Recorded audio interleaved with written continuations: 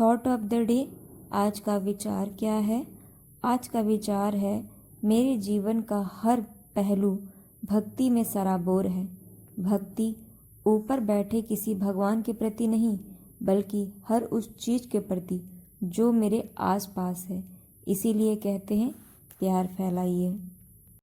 Good morning aspirants, स्वागत है आपका फोकस इन एजुकेशन में। मैं एजुकेटेड आप सबके लिए इंपॉर्टेंट फैक्ट्स लेकर आई हूँ जो कि आपके कॉम्पिटिटिव एग्जाम में हेल्प करेगा। क्या कुछ है खास, चलिए नज़र डालते हैं। दिन की शुरुआत इसी प्यारे से थॉट के साथ करते हैं। आज 17 दिसंबर 2020 है और फर्स्ट पॉइंट क्या है? किस राज्य में विलवणीकरण संयंत्र एवं एक हाइब्रिड रिन्यूएबल ऊर्जा संयंत्र का शिलान्यास करेंगे? तो कहाँ पर ये किया जा रहा है? ये किया जा रहा है गुजरात में, कच्छ में। कहाँ? गुजरात के कच्छ में। अगर हम कच्छ को देखते हैं तो वह हमारे भारत देश में सबसे बड़ा, अगर कोई डिस्ट्रिक्ट या जिला पूछा जाए तो वो कौन है? वो है आपका गुजरात। अब अगर हम इम्पोर्टेंट पॉइंट पूछे गुजरात से क्या क्या पॉइंट है उस पर जैसे नज़र डालें तो क्या किस किस चीज़ पे गुजरात टॉप पर है, ये पॉइंट हम फर्स्ट देखते हैं। सबसे पहले देखें तो वेस्ट वाटर मैनेजमेंट में वेस्ट वाटर मैनेजमेंट में कौन टॉप पर है? आपका गुजरात टॉप पर है। नेक्स्ट जो है सोलर इंस्टॉलमेंट रूफ टॉप पर कौन है? वो भी है आपका गुजरात टॉप पर है। नेक्स्ट रेडीनेस एक्सपोर्ट इंडेक्स कौन टॉप पर है? आपका वो भी गुजरात टॉप पर है। तो इन सब पे टॉप पर है। नेक्स्ट पॉइंट क्या देखेंगे कि यहीं पे आपका हनी टेस्टिंग लैब बनाया जा रहा है, याद रखिएगा। और साथ ही साथ गुजरात में ही आपका टॉय म्यूजियम लगाया जा रहा है, ठीक है। वो भी कहाँ पे? कच्छ में ही, ठीक है।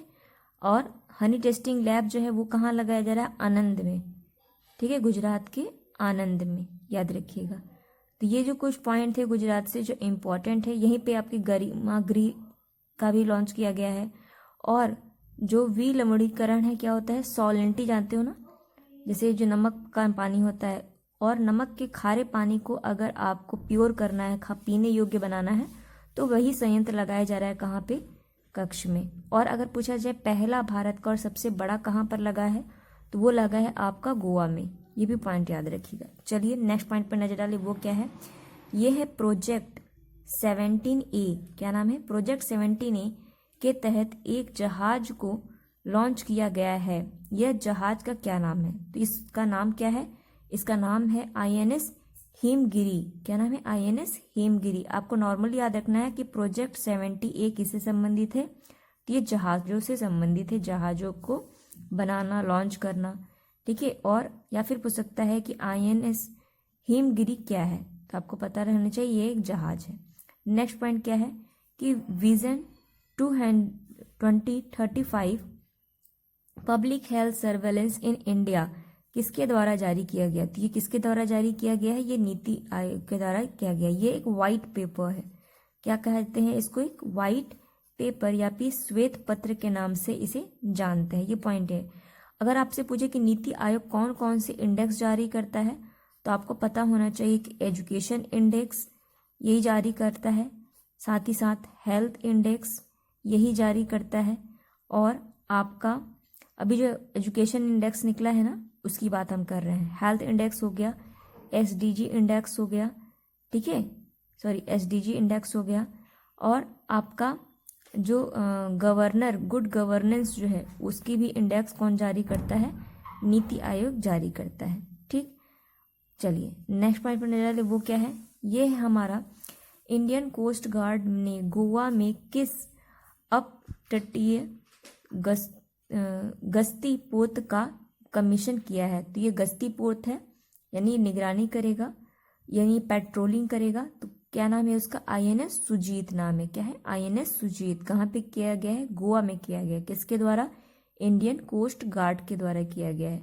और अगर आपसे पूछे कि गोवा के बारे में अगर इम्पोर्टेंट बात क्या है, एक तो हमने देखा सालिनिटी का, ठीक है, यानी विलवणीकरण संयंत्र जो सबसे पहला और सबसे बड़ा कहाँ पर है? गोवा में ही है।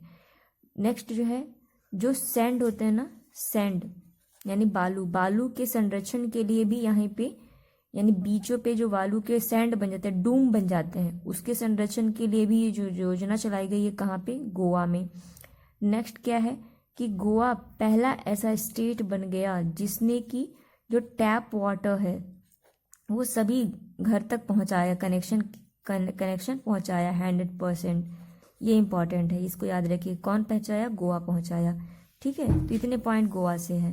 नेक्स्ट पॉइंट क्या है? ये हमारा सैन इसिद्रो आंदोलन, क्या नाम है? सैन इसिद्रो मूवमेंट किस देश से संबंधित है? तो ये किससे संबंधित है? गोवा से संबंधित है। ये क्यों, सॉरी गोवा कह रहे हैं, क्यूबा से संबंधित है। क्यूबा, क्यूबा को और किस नाम से जानते हैं? बाउल ऑफ शुगर के नाम से भी जानते हैं। किसे? क्यूबा को।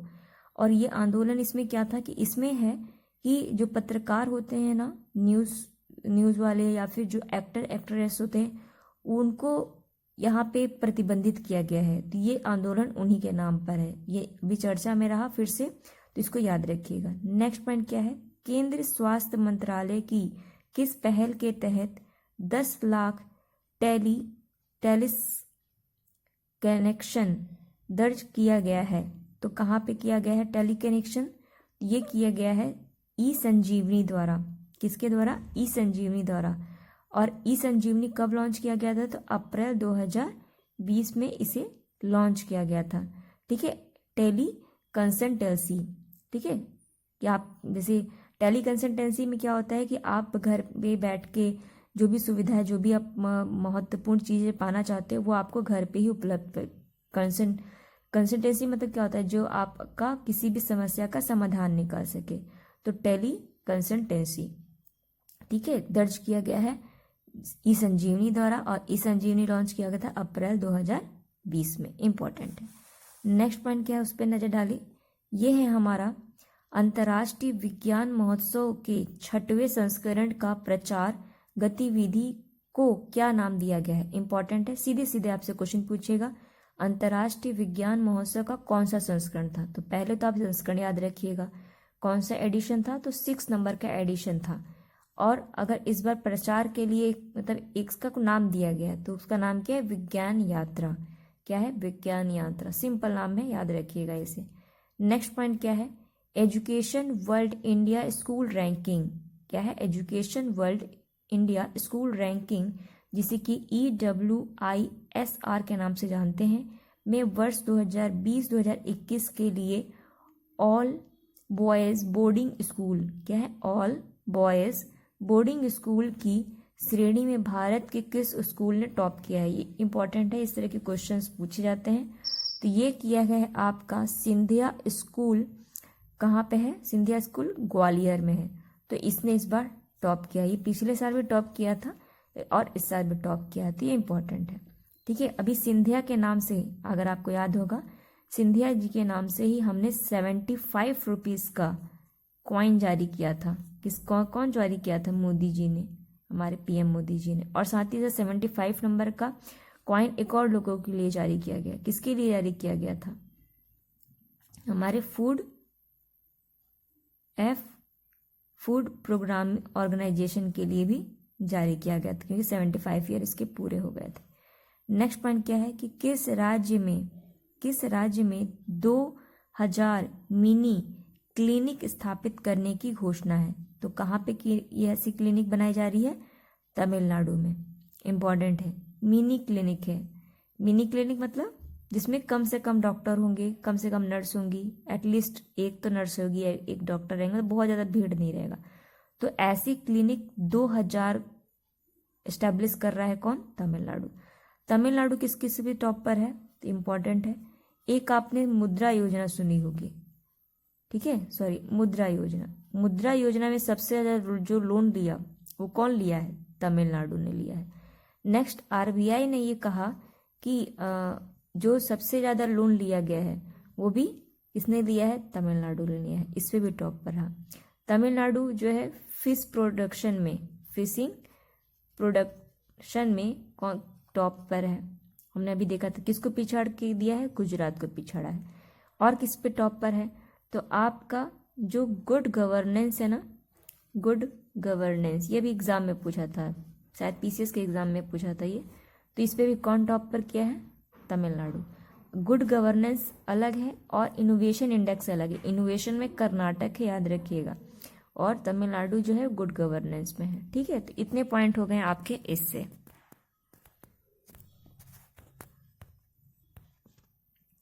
चलिए नेक्स्ट पॉइंट पर नजर डालिए, वो क्या है? अंतर्राष्ट्रीय हॉकी महासंघ के 2023 मेंस हॉकी विश्व कप की मेजबानी कौन कर रहा है? तो ये कौन कर रहा है? ये कर रहा है आपका उड़ीसा।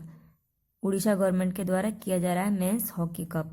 ठीक है, नेक्स्ट क्या है उड़ीसा। और अगर उड़ीसा से पूछा जाए इम्पोर्टेंट क्या है, तो उड़ीसा में ओलिवो जो आपके क्या बोलते हैं, एक येलो रंग का टर्टल पाया गया था।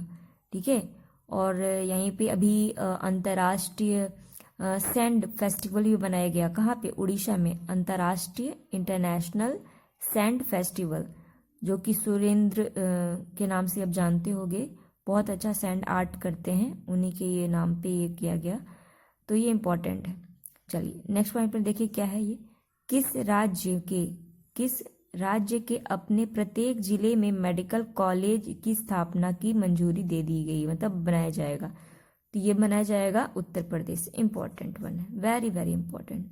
हर जिले में, तो उत्तर प्रदेश में कितने जिले हैं? 75 जिले हैं। अगर पूछा जाए कि फिल्म सिटी कहाँ पे लगाई जा रही है, तो फिल्म सिटी जो कहाँ बन रही है? नोएडा में बन रही है। ठीक है, फिर आपका जो क्या बोलते हैं, टेक्सटाइल कहाँ लगाया जा रहा है? ये भी यूपी में लगाया जा रहा है। ट्रांसजेंडर विश्वविद्यालय कहाँ खोला गया? यूपी में। ट्रांसजेंडर सबसे ज़्यादा जनसंख्या में कहाँ पाए जाते हैं? उत्तर प्रदेश में। ठीक है, और आपका एलिफेंट हॉस्पिटल कहाँ खोला गया है? यूपी में ही। गिद्धों के लिए सर्वेक्षण यहीं पे। पीलीभीत अभी टाइगर रिजर्व जो है उसे अभी क्या प्राइज मिला? क्या? T/2 का। इम्पॉर्टेंट है ये पीलीभीत वाला। ठीक है, चलिए, और साथ ही साथ अभी कैलाश मानसरोवर भवन, क्या नाम है? कैलाश मानसरोवर भवन कहाँ पे बनाया गया? गाजियाबाद में। इम्पॉर्टेंट है ये भी। ठीक है, इतने जो पॉइंट्स है ना, उसे बिल्कुल एकदम रट जाइएगा, एकदम टंग पे होना चाहिए आपके। नेक्स्ट इम्पॉर्टेंट पॉइंट है गोल्ड मैन, क्या नाम है? गोल्ड मैन पर्यावरणीय पुरस्कार 2020 किसने जीता है? तो ये जीता है पॉल सेंटाव ने। क्या नाम है? पॉल सेंटाव ने जीता है। ये कहाँ के हैं? ये म्यांमार के हैं। ठीक है, कहाँ पे? म्यांमार, हमारे पड़ोसी। म्यांमार से अगर ये पूछा जाए तो आपके लिए क्या क्या इंपॉर्टेंट है? यहाँ पे एक नदी बहती है, इसका नाम क्या है? इरावदी नदी। इंपॉर्टेंट है।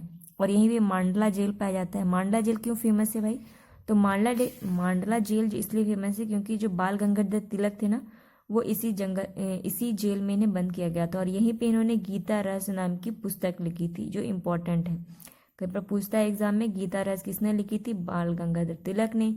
कौन सी जेल में लिखी थी? मांडला जेल में। मांडला जेल कहाँ पे है? बर्मा, यानी आपका म्यांमार। म्यांमार से ही एक ट्राइब निकली है, क्या नाम है उसका? ब्रू ट्राइब। ठीक है, या फिर कहिए रोहिंग्या, जो है कहाँ के निवासी हैं? म्यांमार के ही निवासी, वहाँ के ट्राइब हैं ये। और ये इस बार अवार्ड मिल गया किसको? जो गोल्ड मैन इन्वायरमेंट अवार्ड है ये। इसको जैसे कि नोबेल पुरस्कार होता है ना, तो इसको नोबेल पुरस्कार के कैटेगरी में रखा जाता है इन्वायरमेंट का। तो इम्पॉर्टेंट है, क्या नाम है? याद रखिएगा, पॉल सेन ताओ। नेक्स्ट पॉइंट क्या है कि कौन सा देश है विश्व का पहला देश बन गया जिसने हेल्थ वर्कर्स के लिए कोविड-19 वैक्सीन लाया है? तो ये लाया है अमेरिका, न्यूयॉर्क। अभी अगर अमेरिका वाइस से अगर बात की जाए तो 46 नंबर के प्रेसिडेंट कौन बने हैं आपके? जो बिडो अंकल बने हैं। ठीक है, और यहाँ की वाइस प्रेसिडेंट कौन बनी है? तो कमला हैरिस बनी है। इम्पॉर्टेंट है। अभी इन दोनों को ही आपके टाइम्स मैगजीन जो है उसने पर्सन ऑफ द ईयर का अवार्ड दिया है। अगर person of the child kid award किसे मिला? तो आपके गीतांजलि राव को मिला। 2019 में किसे मिला था? तो गीता थम्बर जी को मिला था। ठीक है, इंपॉर्टेंट है। चलिए नेक्स्ट पॉइंट पर नजर डालिए, क्या है ये? भारत का सामाजिक उद्यम पुरस्कार 2020 किसने जीता है? तो ये जीता है आसफ पटेल ने, अशरफ पटेल। ये एक फीमेल है, ये एक सोशल एंटरप्रेन्योर है, ठीक है। और ये किसके द्वारा दिया जाता है, तो ये केंद्रीय महिला एवं बाल विकास एवं वस्त्र मंत्रालय द्वारा दिया जाता है। भाई इनकी मंत्री कौन है, ये स्मृति ईरानी, इंपॉर्टेंट है, याद रखिएगा। नेक्स्ट है ये, क्या है ये, G7 समिट 2021, क्योंकि 20 वाला तो हुआ नहीं, तो आयोजित कहाँ होगा, तो ये होगा यूनाइटेड किंगडम में, यूके मतलब ये मत समझ लीजिएगा, यूनाइटेड किंगडम में होगा क्या, G7 की मीटिंग 2021 वाली। 2019 में कहाँ हुई थी, तो फ्रांस में हुई थी। 20 वाली कहाँ होने वाली थी, तो यूएसए में, बट नहीं हो पाया ड्यू टू कोविड, और ड्यू टू कोविड की वजह से नहीं हुआ। और अभी 21 में कहाँ होगी, तो होगी आपकी यूके में। यूके के प्रेसिडेंट कौन, बोरिस जॉनसन। बोरिस जॉनसन का नाम सुनते हैं आपको क्या याद आना चाहिए, कि बोरिस जॉनसन जो है वो इनवाइटेड 26 जनवरी 2021 में, कहाँ पे, इंडिया में। इंडिया में मोदी जी ने इनवाइट किया, तो ये आने वाले हैं। और ये पहला ऐसा देश है जिसने कि जो फाइजर जो वैक्सीन थी ना उसको मंजूरी दे दी। इसके बाद यूके के बाद कौन बन गया, कनाडा बना। कनाडा के बाद अभी कौन यूज़ कर रहा है, अभी हमने देखा इसके, तो यूएसए कर रहा है, ठीक है, याद रखिएगा। चलिए नेक्स्ट पॉइंट देखिए, ये क्या है, INS विक्रांत, ये विक्रांत है, ठीक है, विराट, सॉरी, INS विराट की किस मिशन में हिस्सा लिया था, तो यानी अभी इनको डीकमीशन कर दिया गया, तो इसके बारे में मतलब इन्फॉर्मेशन पता होनी चाहिए, क्योंकि बहुत ही ये जो विराट है, INS विराट बहुत ही इंपॉर्टेंट है हमारे लिए। ये किस किस ऑपरेशन में हिस्सा लिया था, तो ऑपरेशन जुपिटर, ऑपरेशन पराक्रम, ठीक है। उसके बाद मालाबार एक्सरसाइज। अगर मालाबार एक्सरसाइज से आपको पता होना चाहिए कौन कौन से देश है मालाबार एक्सरसाइज में, 4 देश आते हैं, अब तो 4 हो गए ना, कौन कौन, आपका यूएसए और जापान और ऑस्ट्रेलिया और ऑफ कोर्स इंडिया, इतने 4 लोग हैं। और इन्हीं चारों लोग को एक ग्रुप बनाया जिसका नाम क्या है, क्वाड।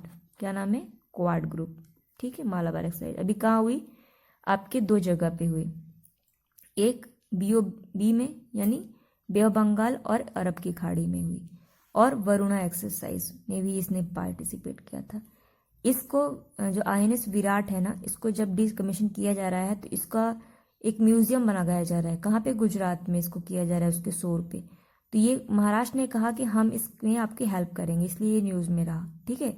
इसको लाया कब गया था, मतलब सर्विस में इंडिया के कब आया था, तो मतलब तो बहुत चल रहा, बहुत पहले से रहा है ब्रिटिश गवर्नमेंट ने, लेकिन इंडिया में इसको ऐसे शामिल किया गया 1987 में। और इसको डीकमीशन कब कर दिया गया, मतलब इसे काम लेना कब बंद कर दिया गया, 2017 में डीकमीशन कर दिया गया। इसे किस नाम से जाना जाता है, ये इंपॉर्टेंट नाम है ये वाला, इसे ग्रेट ओल्ड लेडी के नाम से जाना जाता है। क्या, great old lady, important one है। नेक्स्ट इंपॉर्टेंट, किसने डाक पे, ठीक है, डाक पे ऐप लॉन्च किया है, तो ये इंडियन पोस्ट पेमेंट बैंक ने लॉन्च किया, इंडियन पोस्ट पेमेंट बैंक। इसका हेडक्वार्टर अगर पूछा जाए तो कहाँ पर है, इसका हेडक्वार्टर है न्यू दिल्ली में, ठीक है, न्यू दिल्ली में इसका हेडक्वार्टर है। इसने ये एक डिजिटली जैसे कि ऐप है जो कि में आपको पैसा लेन देन करना है ना, तो इससे आप कर सकते हो। इसका नाम क्या है, डाक जानते हो ना, डाक पेमेंट बैंक। और इसी तरह से RBI ने भी लॉन्च किया था, क्या था उसका नाम, पॉजिटिव पेमेंट सिस्टम, जिसमें कि 50,000 से ज़्यादा अगर आप किसी को मनी ट्रांसफ़र करते हो तो इसमें आपको डबल चेक से गुजरना पड़ेगा, आपको पूरे इसके चेक के पीछे डिटेल पूरे लिखने पड़ेंगे, ये है इसके अंदर। और RBI ने जो मनी ऐप भी लॉन्च किया था, ये किसके लिए था, ये जो ब्लाइंड पर्सन होते हैं उनके लिए था, दिव्यांग लोगों के लिए था। और इसमें 2 लैंग्वेज थी, एक इंग्लिश में और एक हिंदी में, ठीक है। ये जो पॉइंट है इसे याद रखिएगा। तो ये आज के लिए कोई इंपॉर्टेंट पॉइंट जो आई होप आपको पसंद आया होगा। इसे लाइक कीजिए, कमेंट कीजिए, शेयर कीजिए। अगर आपको लगता है कुछ और इसमें ऐड करें तो मुझे ज़रूर कमेंट करके बताइए। Thank you aspirant.